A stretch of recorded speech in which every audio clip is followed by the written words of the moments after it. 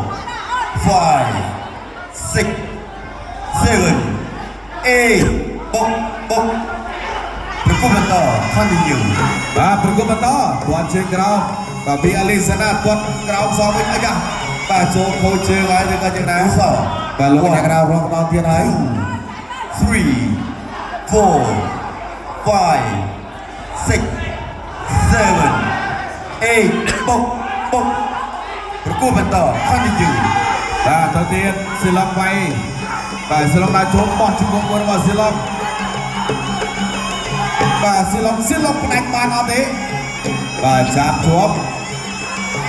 បាទលោកកញ្ញាកណាទាញមកបាទសុវិនសិនវាយពួតទាំង4វាយលើជង្គង់របស់ផលសិលំ